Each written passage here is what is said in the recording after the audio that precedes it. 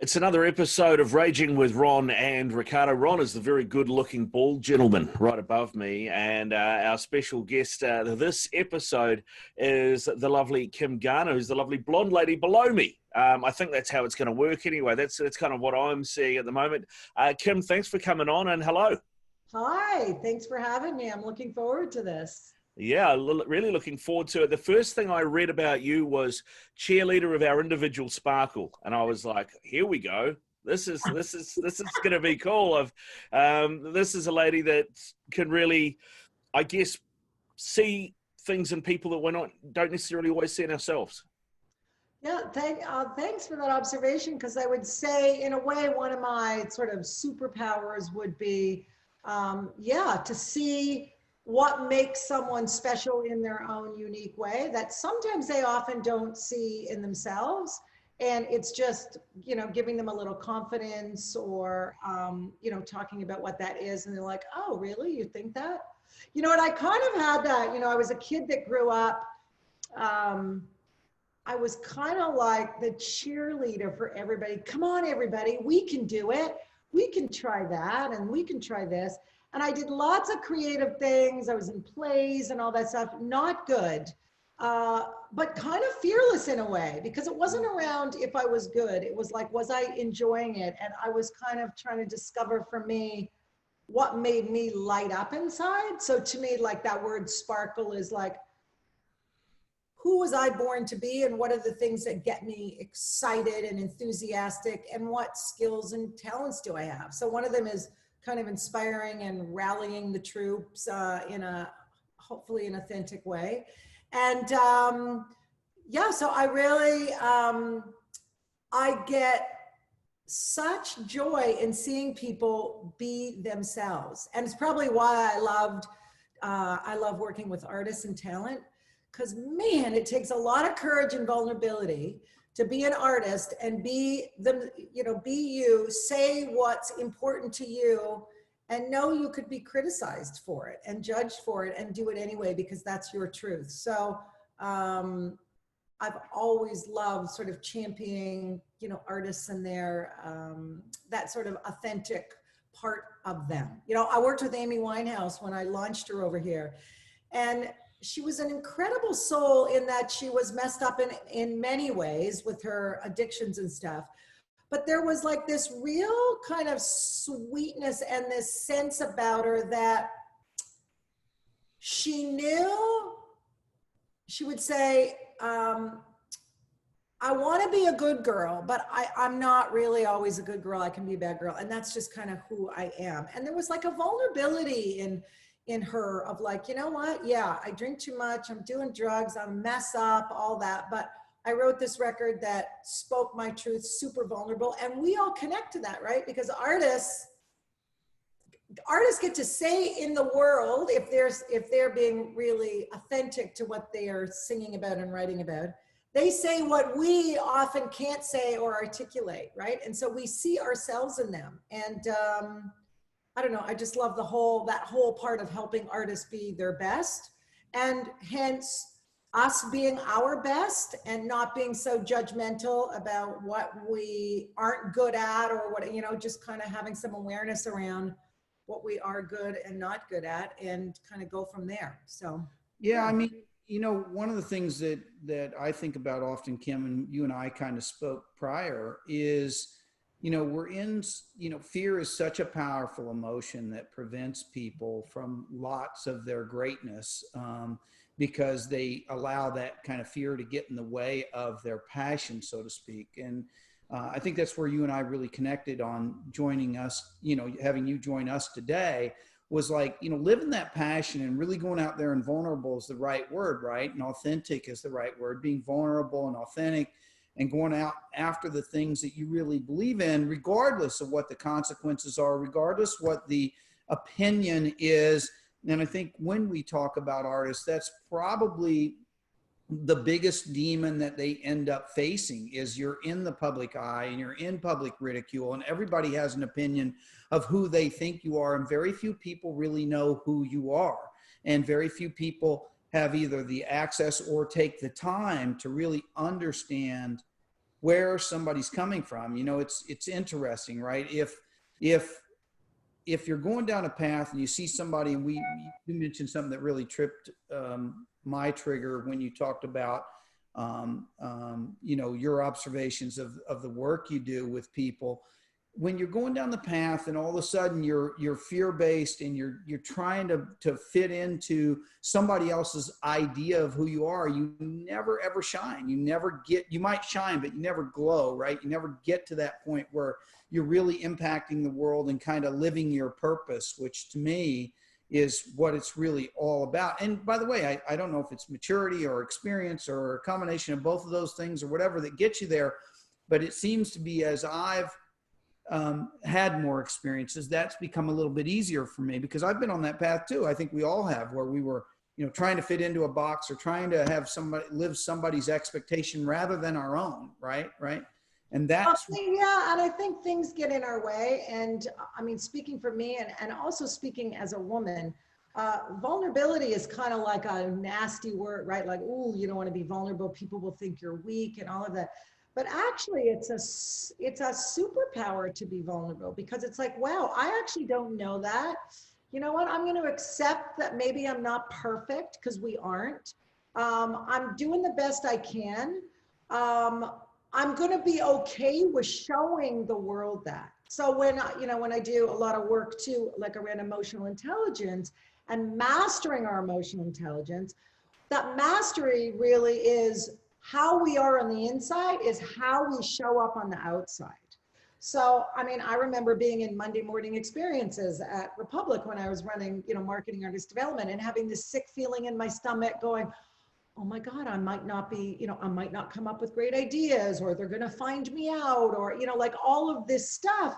And you sometimes play small because you're like, oh, I'm not going to voice my opinion because I don't want to be rejected, or I'm just going to like hide a bit, or I'm going to be quiet, and all of those things, those kind of behaviors of playing small because we're worried about how we'll be judged, or we're jealous of others, or, there's not enough of those big jobs. So I got to fight and be, and put other people down and talk behind their back, and, all of that kind of behavior that's small. That when you're playing big, you're saying, you know what, there's enough for everybody. And I'm okay, I'm doing my best. That opinion you didn't like that idea. Okay, we'll, try another opinion. And I think a little bit of age and some wisdom in having those experiences of kind of stretching past your comfort zone. I mean, that's really the work I do when I work with these young girls. It's like, how can I help them stretch beyond the fear or something that's really uncomfortable for them? Whether it's confronting a friend who said something awful about them, or, whatever it is. It actually doesn't even matter what it is. It's how they hold it inside, like, ooh, like, I can't do that. What if they don't like me? Like, what if they say they hate me? I'm like, okay, well, what if they do? Are you going to be okay? Probably you are. Like, you kind of work through it, and you help them rally the courage to take it on and say, you know what, I'm actually going to be brave, and I'm going to go and have that conversation with somebody. And then, the joy I get from seeing them beam after they've sorted it out because they had the courage to kind of push past their comfort zone, right? And our comfort zone keeps us safe, keeps us like, oh, I don't want to feel uncomfortable. But when we push and we are brave, then our comfort zone gets bigger. And as it gets bigger, we're less afraid to kind of take risks and do those things. So yeah, it's a great practice. And probably age has something to do with it. But I mean, part of why I love teaching these girls is like, shit, if I knew what I knew now, if I had someone helping me when I was that age, I mean, I would be, like so much better off from even an internal peace and happiness about myself, right? Of just like not worrying and getting caught up in a lot of that drama that trips us up sometimes.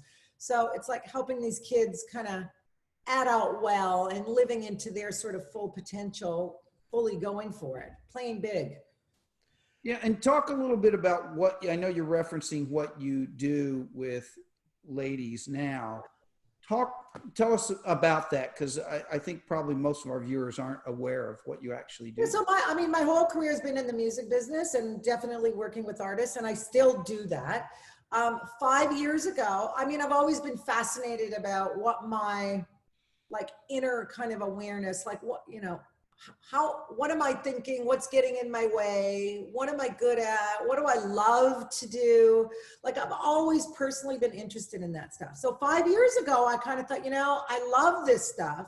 I see such a need. I have an experience myself that when I stretch or when I play big, even though it's scary, I get such joy.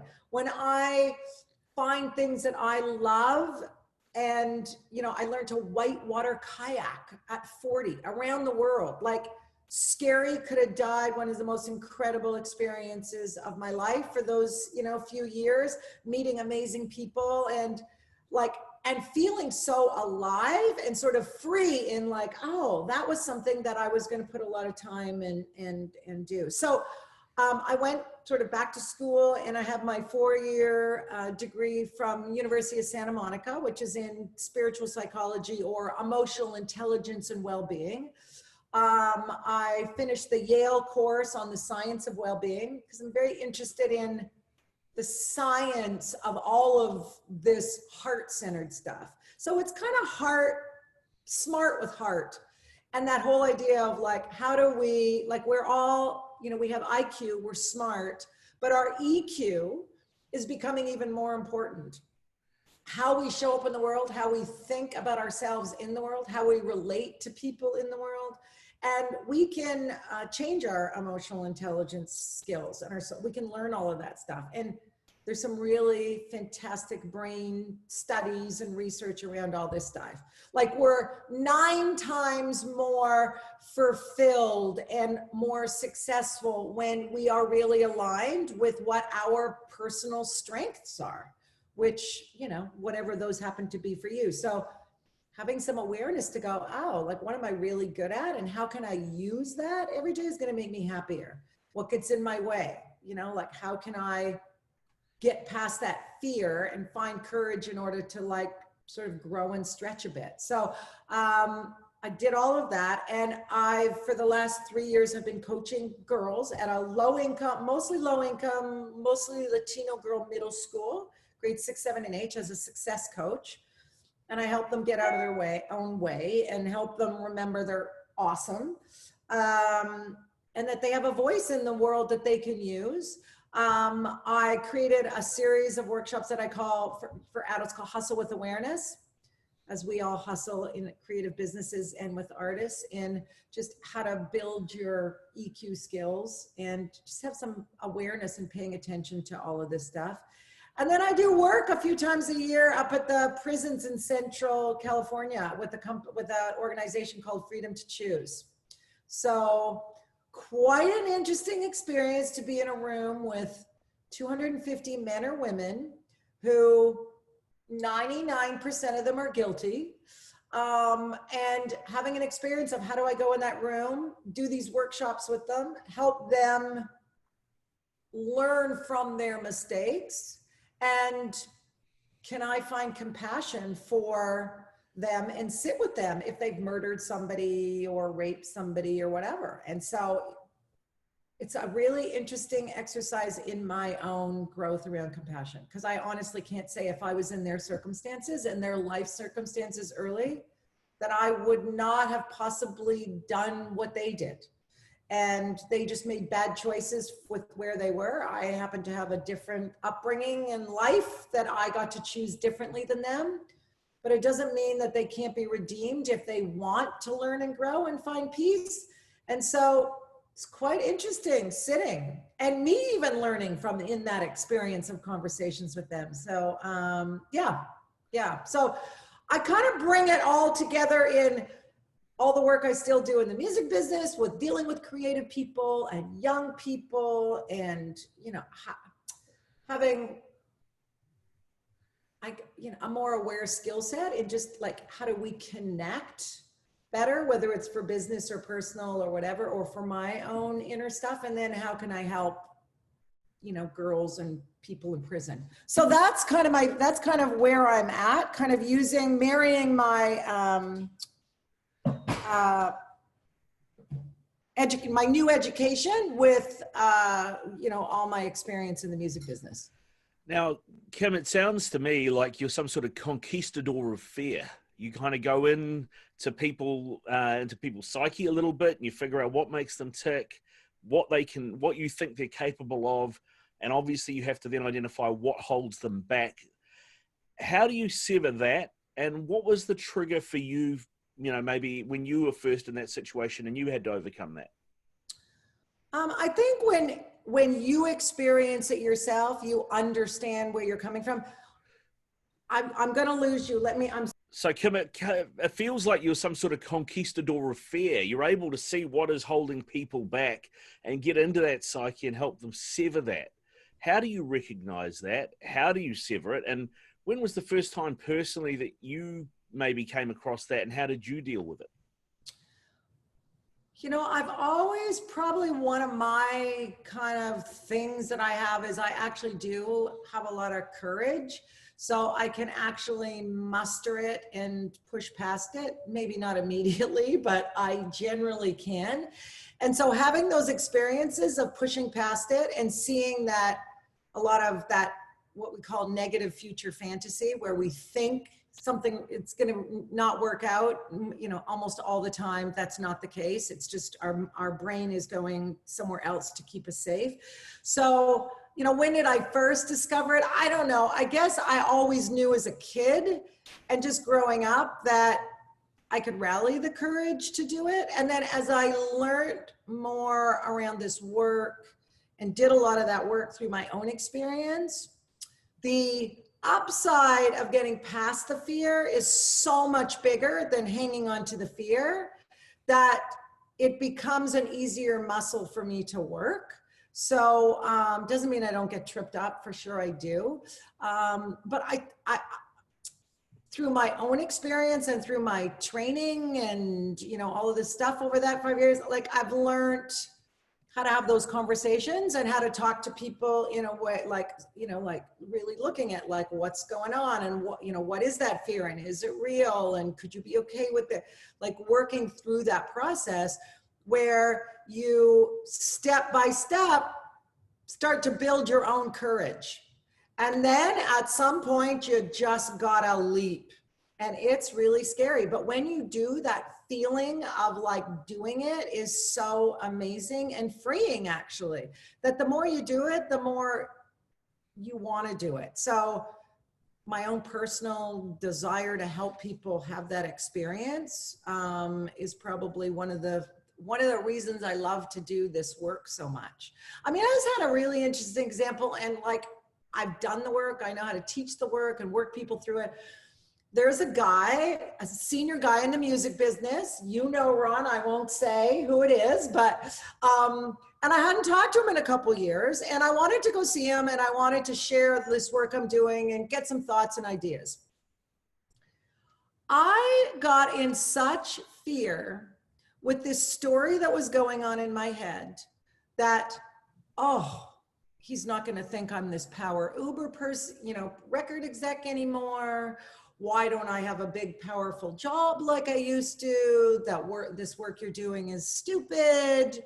I'm disappointed in you. Like there was a lot of chatter in my brain about what he was going to think about me after 2 years. It took me 6 months, and this was only a year ago, to rally the courage to actually call him.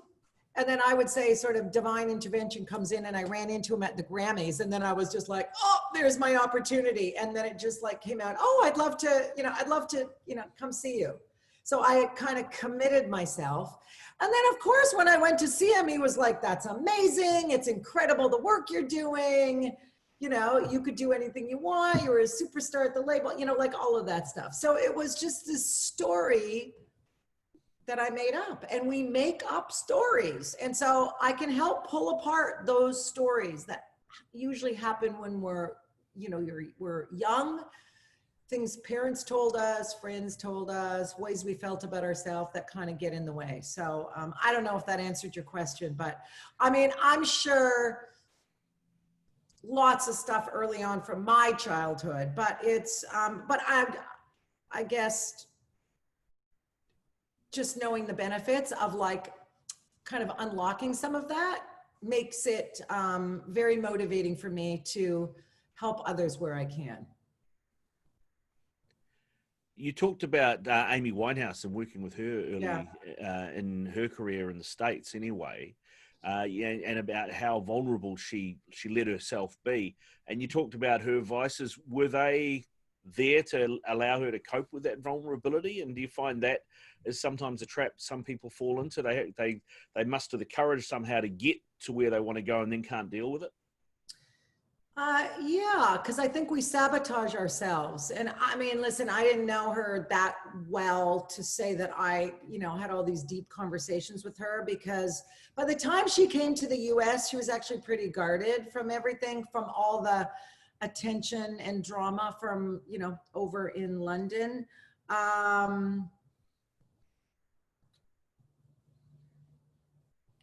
I guess it was, for me, like as a marketer, and like, how am I going to do best by her is like, how do I show her in a real authentic light, all sides of her, not just like, oh, she's amazing, let's not talk about this other side, but kind of embracing that was sort of all of who she was. And so, knowing what she could do, would do, was good at, not good at, all of those things. Like I had a really just, touring strategy with Mark Geiger early on about not having, that many shows, because you never knew if she was going to fall apart or not do them. Like, it was just kind of like, how do I work with this personality and let her be her? Because that was the magic of her, being a bit of a train wreck. Was the magic of her. And she kind of really owned it within herself. The manager told me once that she had a really like an innate sense of knowing that line of when, if she went over that line, she would kill herself. And if not, like that it would kill her or not. And so it was very sad to hear how it all ended, because I believe she was trying to clean up and stuff like that. But yeah, it was a pretty crazy time when we were working with her. But amazing. Did you want to hang out with her? Was she interesting to be around? Not really for, us, but was she incredibly talented? Was she fearless in being however she wanted to be, train wreck or otherwise? Absolutely. And she was an incredible talent. Like, it was just incredible. So it was like one of the highlights of my career to work with someone like that. So, yeah. What would you say to someone that's watching this, that feels that fear, that they want to do this, they believe that they can do this, but there's something holding them back? What would you say to that person to help them let go of the fear to get to where they want to be? I definitely think it's a process. I think it really comes down to, loving yourself and trusting yourself that, no matter what, you're going to be okay. We hold a lot of, we have a lot of fear around, we can't handle of people not loving us or respecting us or all of that stuff. The truth is, if we love and respect ourselves, we can really do anything, and we're not counting on other people's opinion of us to create our own value. So it's around helping people really see their value. That's why I love doing exercises like helping people see what their superpowers are, helping people realize that, you don't have to be everything to everybody. Be unique in your own gifts, and that's enough, because you're going to help the world shine. I mean, we don't all want to be the same. It would be pretty boring.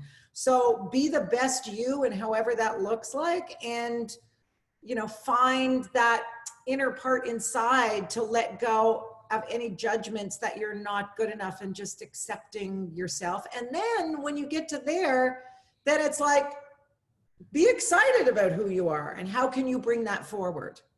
And I think then surrounding yourself with people that can support you in a really good, kind way, right? Like, who are your friends? They say, you are affected by the 5 people closest to you in your life. They have tremendous impact on how you show up and how you feel about yourself. So surround yourself with the people that care about you, that believe in you, that are going to support you no matter what, that don't make you be a certain way in order to make them happy, whether that's in a relationship or being an artist or whatever. Like, it's just like, you know, you are a product of the company you keep. So, and that's hard, you know. I mean, we've seen it countless times. I mean, how do you think you navigate to find those people? Because we tend to surround ourselves too with people who support our demons, right? So whatever they are, whether that's fear, then we want to talk about what we're afraid of and have somebody listen to that and then go, oh yeah, you know, you're right, you know, and encourage you in building your fear, whether they know they're doing that or not, right? well, I think it really comes down to having awareness about what kind of thoughts you have, how you think about yourself and all of that. And I think this younger generation is far more open to sort of looking a little internally. And when you actually sit quiet with yourself, which we were not good at, our parents were not good at, that was not something we learned. It was like, let's hustle, let's keep busy, let's not think about, you know, like, I don't like to sit still. I think that one of the positive things with science in this area is that it's, you know, it's proven that meditation and sitting quiet actually changes our neural pathways, that we can change how we think, that practicing gratitude and curiosity can change gray matter in our brain. Like, we can see that all of these things, which people would have considered woo-woo before, are actually scientifically based ways to support ourselves in just like kind of clearing some of the static on the line. So,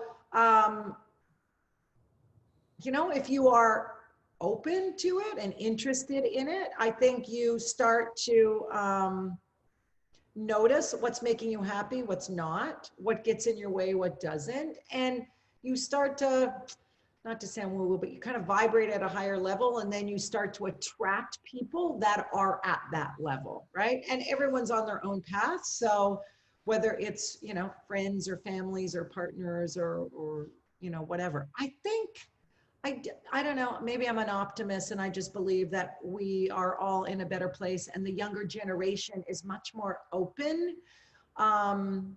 if given the tools, to sort of help themselves by being a little bit more quiet and kind of doing a little bit more of this investigation. We didn't. We did drugs and drank a lot and partied a lot and we're out every single night. And it's fine to do that, but also at the same time hold this awareness like, this might not be good for me, or, oh, I'm getting into trouble, or, oh, you know, I show up late for work, this is not good for my career, you know, like having, like, I'm not saying, oh, you can't do any of that stuff, but it's just at the same time having awareness about the choices you're making, right? Like,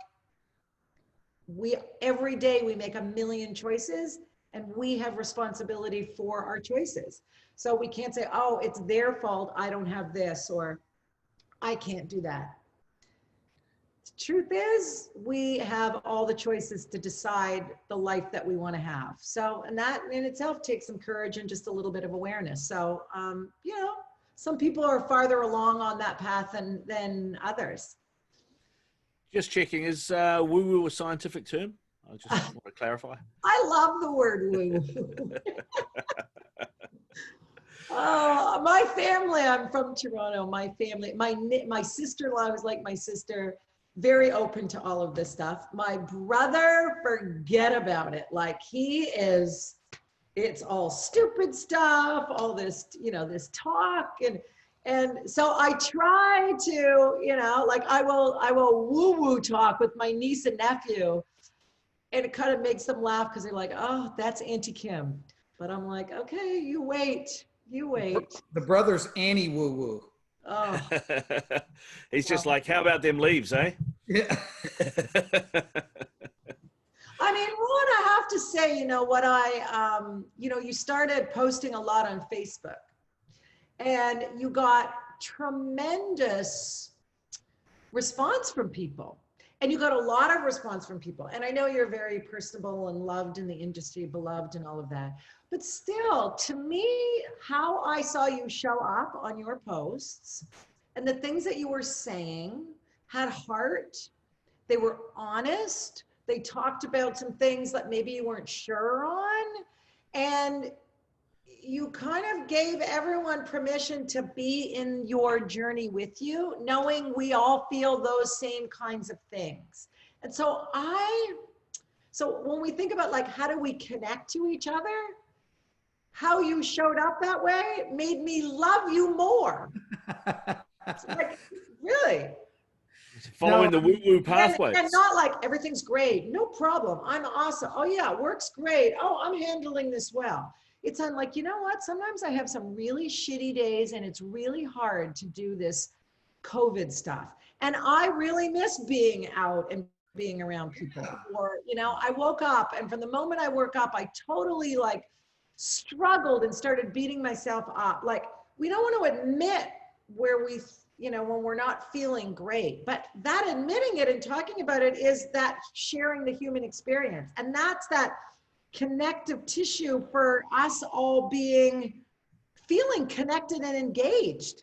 Well, I think that the thing that registered with me the most, and again, I've had to say this a couple of times more than once, right, is, you know, let's take social media, whatever it is, Facebook, whatever, it's such a big part of everybody's life. That's my page. So I have permission to do what I want on my page. You don't have to pay attention. You don't have to participate. You don't have to agree with me. But I think that we got into a time that was really disturbing to me over the past several years, that social media has provided a platform that people could go out there and just be bullies about, you know, life. And the truth is about life that we're all having very similar experiences, even if they're very different in the way that they manifest themselves, the emotions, the journey, the disappointment, the excitement, the wins, the losses. You know, there's a real common thread and we all have those every day, right? So that's what's really, really important to me is like, I stood in a place where I had countless even today, I have countless number of contacts. I have countless number of friends. I have countless number of people that I know. I'm a social guy, right? I've always talked to whoever it was at any level of company, top to bottom, and I was authentic with them. And all of a sudden, I don't think that any of these people, I shouldn't say any, I think that very few of that large group of people really actually know who I am. And not that I'm somebody special, but I wanted to then continue to share a little bit and open up a little bit so that people could really understand who I am. And by the way, I've lost some people along the way that, you know, that didn't fit their ideal of who they thought I was or whatever.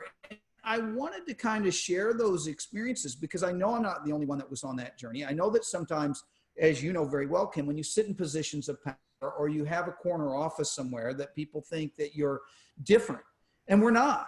We're still faced with the same challenges, albeit family or friends or loved ones or health or, you know, money or economics or whatever it is that, you know, social impact, all those things that come at us every day. We're no different. Now, you know, how we manage those things and how we help other people manage those things, which I know you've dedicated a big part, and that's what we're talking about in this podcast, dedicating your time and energy and experience to help make that path a little bit more clear early for people, was really something that I thought, you know what, I'm going to flip the switch, social media. I'm going to be a little bit more vulnerable. I'm going to let people see a little bit more deeply into it. And hopefully, really not, you know me well enough, it wasn't to self-promote. It was really, hopefully, maybe that'll help somebody. And that really spawned, again, the conversation with Riccardo and the conversation with you. And the reason that we're doing this is hopefully that somebody watching this can see their path, get a little bit more smooth because somebody that is experiencing the same things or maybe has gone before them can share with them how to make that journey a little bit more meaningful, and how to make that journey a little less scary, right? Since we're talking about fear, that, you know what, Kim Garner's went down that path. She's bumped her head a whole bunch of times. You know, Riccardo has went down that path. He's bumped his head a whole bunch of times. Ron's went down that path. We've all done that. And these challenges that you're facing aren't just unique to you. Situation may be unique, but the emotions, the outcome, the fear, the possible, you know, rejection, all these things are the same for all of us, no matter what level you're at. And so we're all mirrors for each other. We have mirror neurons. So when you show up saying, you know what, I'm struggling today, I know it'll pass, blah, blah, blah, you give me permission to be able to do that for me too. So we mirror each other. So, you know, bad behavior often begets bad behavior, right? So when you say, you know, you look at companies, or, you know, so much of this is happening right now, Ellen or whatever, you know, bosses missed, you know, all of that. We've seen a lot of that too. Often begets, the president of the United States begets bad behavior. But then the opposite is true too, is like good behavior. When we show up in our highest values, in our most honest and authentic self, we let others see that, and it makes them feel safe to do the same. And, you know, with social media, and I mean, it's really horrible when I see the effect it has on these girls. It's not so much that people are, you know, posting about, I went here and I did this. It's this false sense of everything in my life is great. Right? You're putting this perception out. So you take 100 pictures and then, okay, here's the one. And so we've lost that balance of being able to go, this is what I look like without makeup. Like I was saying to one of the girls, she goes, oh, I get such, you know, heat from the girls because they're like, oh, you don't look pretty today. And of course her feelings are hurt because she'll take all these pictures with makeup and everything else. I said, okay, that's okay. But can you be good with who you are with or without makeup? Because that's cool. Like that's what being cool is, right? And standing up and going, okay, well, yeah, maybe, you know, but this is how I look. Great, I love myself anyway. So we feel in comparison to others so much through social media that we've lost that sort of empathy and that, you know, the other side of what life is. Because if you didn't have the downs, you wouldn't know how great the ups were. Yeah, and I get a little frustrated from time to time with a couple different things. One, I get frustrated that if you and I have a difference of opinion, which we do on many things, all of us do, then we can't be friends anymore, Kim. Sorry, I'm mad at you. I'm defriending you, whatever they do. You know, I could care less personally because I don't live my life based on how many friends I have. But the bottom line is that's really harmful to a lot of people because that impacts them in a very negative way, right? And it's okay, like you said earlier, to have a difference of opinion. It's okay that we're all not the same. We need a balance regardless of what that is. And the other thing that's really interesting to me is in entertainment specifically, and particularly in social media, because that's entertainment, it puts everyone on a stage, right?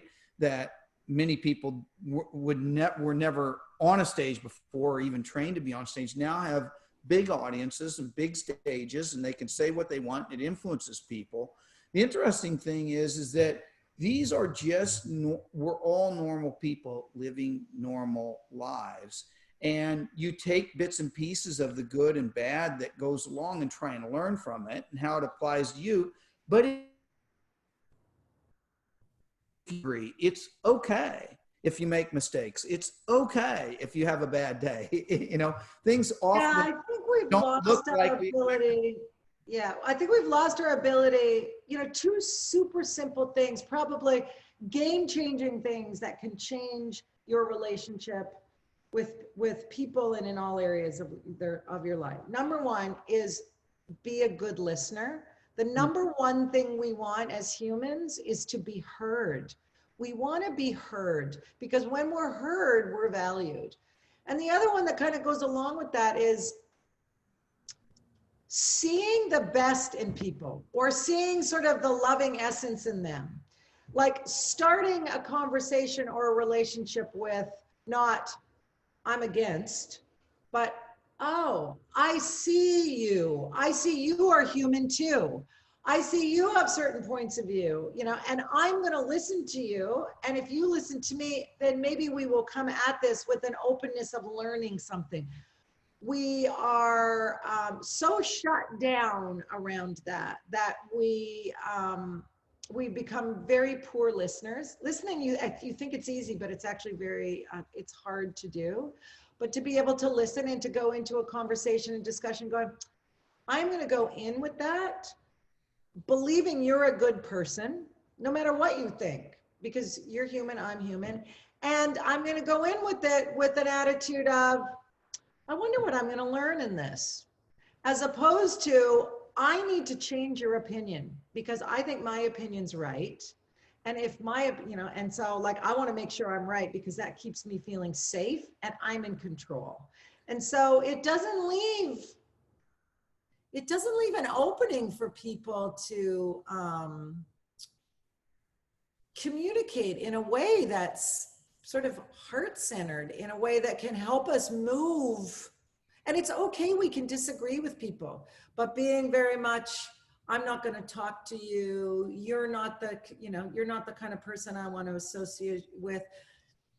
Yeah, we're going to get frustrated with people. Yes, but it doesn't mean that they're horrible people. And, but it, you know, it's a skill.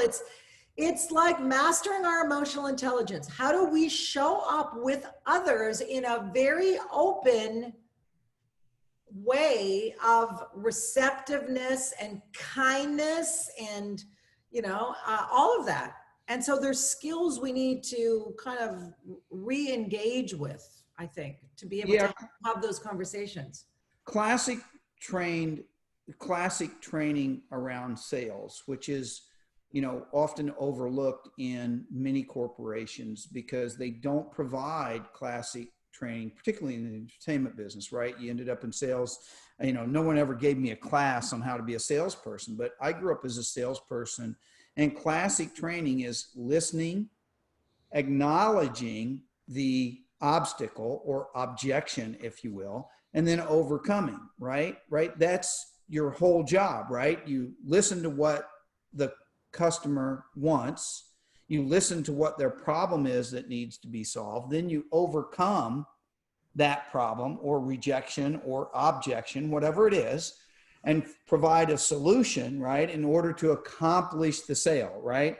And that's really, you know, fundamental training for, I think, what you're describing in life, right? You listen, you overcome, and you try and find a path forward that promotes your point of view, even if, you know, you end up saying, hey, you know what, we're not going to get the order today.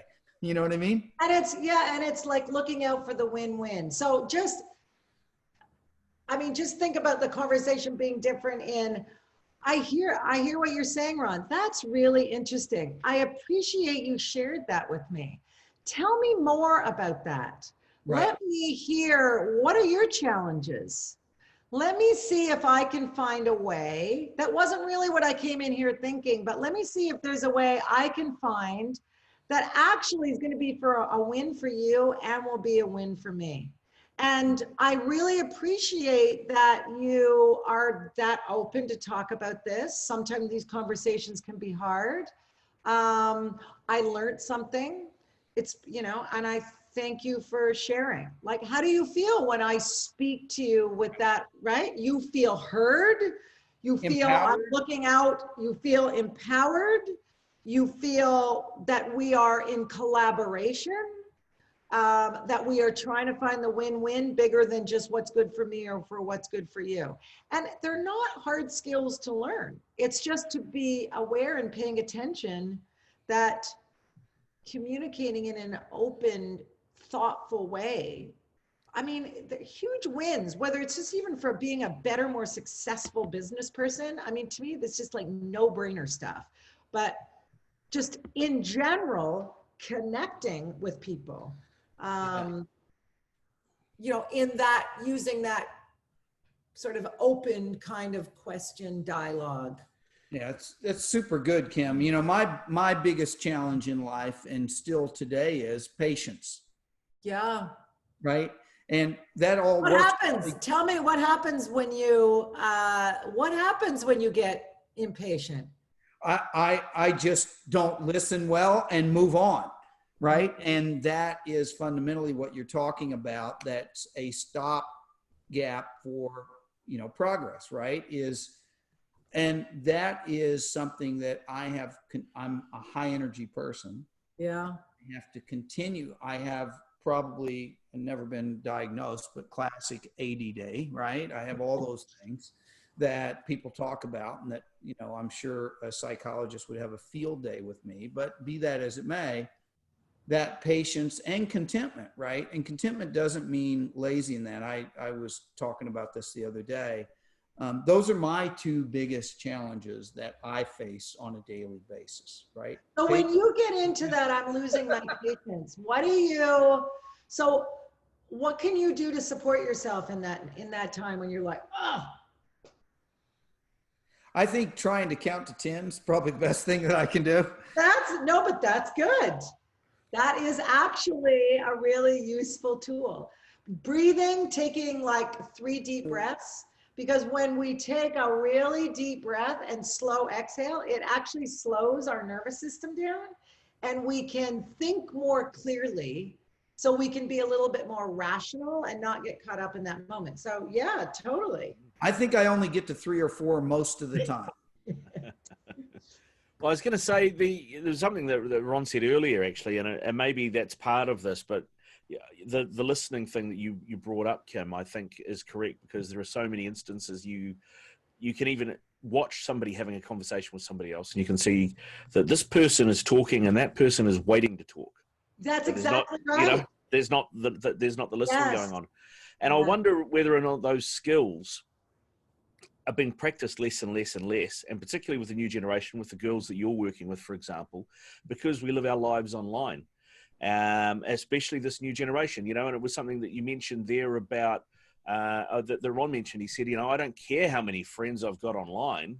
That's not going to determine how I live my life. But we're old enough, well, Ron maybe only barely, old enough to remember pre the internet, right? And pre living our lives online. And so we have a different take, I guess, on what life used to be like when you used to go and play down the park and you used to have conversations and used to interact. You didn't do it all on your phone. But for these kids today, a lot of them, they do live their lives online. Oh my God, their community. And how many friends I've got matters, you know. Have the Facebook count or the Instagram count, it matters. Well, not even that. It's like when you are face to face with somebody and you're looking them in the eye and you're in that, you know, you're in your energy together. You actually have to kind of stand up in your communication when you're doing that. These kids, you know, from my experience of the girls, you're exactly right. All their communication is online. And so it's short, it's cryptic. They're not really having an opportunity to share what they're really feeling. And so there's a lot of miscommunication. There's a lot of misjudging what they think the other person has said. Because they're not used to that in-person kind of, you know, dialogue, and they hide behind their texts and stuff. And so then they're harboring all these crazy things like, oh, this friend doesn't like me, or this friend said this, or they're saying this about that. You know, there's all this drama that gets created. And I'll say, why don't you pick up the phone and call them? Oh, no. Why don't you Zoom with them? No, I just text with them. And I actually worked this summer with a girl, and I said, as a good exercise for stretching, we're gonna do this. Well, I don't know, it makes me uncomfortable to be on. I said, I get that, but let's just try it once and let's see what that experience is. And I want you to maybe, if you feel excited to see her, tell her, like, share a little bit face to face. I don't know if I can do it. So we do this thing where we high five. So I said, if you high five, you got to do it. So we high fived, she was going to do it. And she loved the experience because she felt really connected to her friend. She realized she missed seeing her friend, but it was really uncomfortable. And she said she'd rather just keep texting. So to your point, we have this generation of, it's not even like younger kids, millennial ghosting. Like, it's like drives me crazy coming from a different generation. Like, fine, you don't want to do something, just answer me. Like, just respond out of respect. But they just like, oh, no, I'm not even going to respond. And they just ignore it. Like, that makes me crazy. So yeah, it's teaching them teaching people how to be mindful about how they communicate, of how we communicate with each other. Body language. So our words, this was so interesting. Words, body language, and tone. Words account for only like 24% of our communication. Body language and tone accounts for all that other. So if you're sitting there like this, or the girls, they're like this on their phones, that is giving implicit signals like, I'm not interested, I don't really care what you're saying, you know, like all of this stuff. So it's just like paying attention. Like, don't multitask when you're having a conversation with somebody. Like, be present. And I mean, it sounds like no-brainers, but it does take practice and mindfulness about just like, oh, I need to remember, I'm going to give them my full attention. Yeah, and I'll leave you with one of the other challenges too that I find is always difficult, right?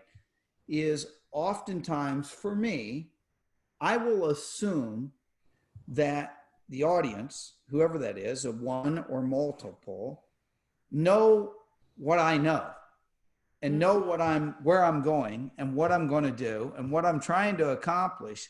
So I'll cut short communication and lose patience in that journey and get frustrated because I can't believe you're not on the same page with me and that you don't understand what I'm trying to relay to you because it's my thought and you should know it as well as I do. Yeah. So sitting in that going, wow, I'm expecting people to keep up to where I am a little, you know, how can I be a little bit more empathetic that people may not move as fast as I do? Yeah, you know, I met this kid, he's 15 and oh my God, he's an old soul. You would think he's like super intelligent and a super critical thinker. And we were having this conversation about how annoying it is for him that he watches these old war movies and they're using the wrong gear for that particular year in that war, you know, war. He's 15. So I was just talking to him and he's sharing his frustration that kids don't get them and they're not smart, you know, like it's so hard and I don't have patience for people. And I said, you know, just to share for consideration, one of the best skills you could work on is knowing that everyone's doing the best they can and not everyone is going to be as smart as you, and to be okay with that, because then you won't get as frustrated and you will connect with more people. It's like if you're always hoping everyone's going to be as sharp and as bright as you're going to live a lonely life.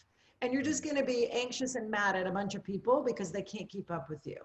So his mom after was like, oh my God, thanks for sharing that with him.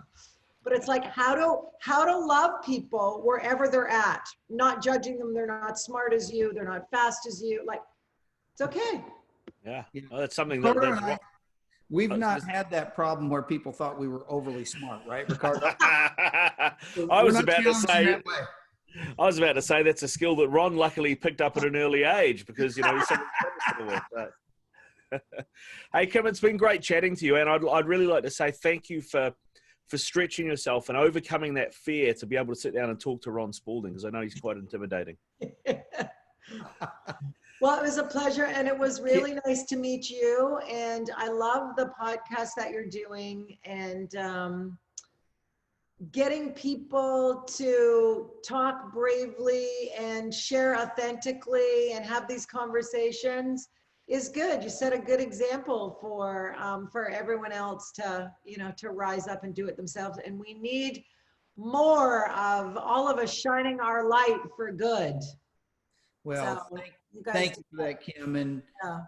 great that you joined us. Will you come back and join us again, though? Because I'd you've love got to. so much great stuff to Yeah, share. I'd love to. I'd You love know, to. Thank you so much for having me again. Be well. Be well and have fun in this adventure of COVID. I know there's a lot of negativity, but there's so much to learn and experience in new ways if we're just kind of open to it, whatever that is. So try an RV experience. Who knew? That'll be the next pod. That'll be the next pod. My goodness, we should. I tell you, you would have so many people going, I want to know all about RVing. Right. Ron and Riccardo in the RV next time. What do you think? Yeah. RVing with Ron and Riccardo. There we go. I got a new show. Yeah. Where are you, Riccardo, right now? I'm in New Zealand. I'm in Auckland. Are you? Do you know New Zealand is one of my favorite countries? And I whitewater kayaked there a couple of times. I actually was on the West Coast. Yep. In a helicopter, and they dropped us at the top of a river and we kayaked down a river. I mean, it's the most beautiful country and you are the loveliest people. Oh, thank you. Thank you very much. I'm glad you enjoyed it. And hopefully we can welcome you back at some point. I would love to. My two favorite countries are Japan and New Zealand. And you guys are incredibly worldly and well-rounded for a little beautiful country way down there in the middle of nowhere. Yeah, we're a country of immigrants. I think that probably helps. There's a lot. I think I read somewhere Auckland is the fourth most culturally diverse city in the world. Wow. Wow, that's interesting. Yeah, it's the largest. Love Kiwis. Yeah. I've just loved my 2 or 3 times I've been there. So. Yeah, the largest Pacific population in the world too. It's like Auckland's the biggest Pacific population center. So, yeah, no, it's good, man. It's good. I mean, like my grandparents are immigrants from Italy after the Second World War on one side, and then my great grandparents on another side from the UK around 1900. So, kind of we're pretty new here too, but there's a lot of that. Interesting to talk about from the races, like racism and stuff from that point of view of cultural I can never say it well, Maoris, and that immigrants coming in. I mean, I'm Canadian, and just how different that is from American, from the roots of a country of, you know, of Native people to how it's changed, and just cultural systems. New Zealand's probably much more in line with Canada than it is with the United States. Yeah. It's funny actually. I just did a course. It was only a 1-day course, but it was a bit of an eye opener on the Treaty of Waitangi, which is the treaty that basically founded New Zealand, effectively, if you like. And I didn't realize, but in 1835, like 5 years before they signed that, a group of Māori chiefs had signed a Declaration of Independence, declaring themselves a sovereign nation. And they wanted to set up basically in those times like ambassadorship and have allegiances with Britain, but that they were to be a sovereign nation. So, you know, I found out stuff like that I learned all the time, and it kind of came across like the Brits came here and the Māori were a very warlike people. Well, that's how they got portrayed, but they were very good warriors and tacticians. And it almost was like the Brits went, these guys are too hard to fight. We need to kind of do this differently to how we did it this place and this place and this place.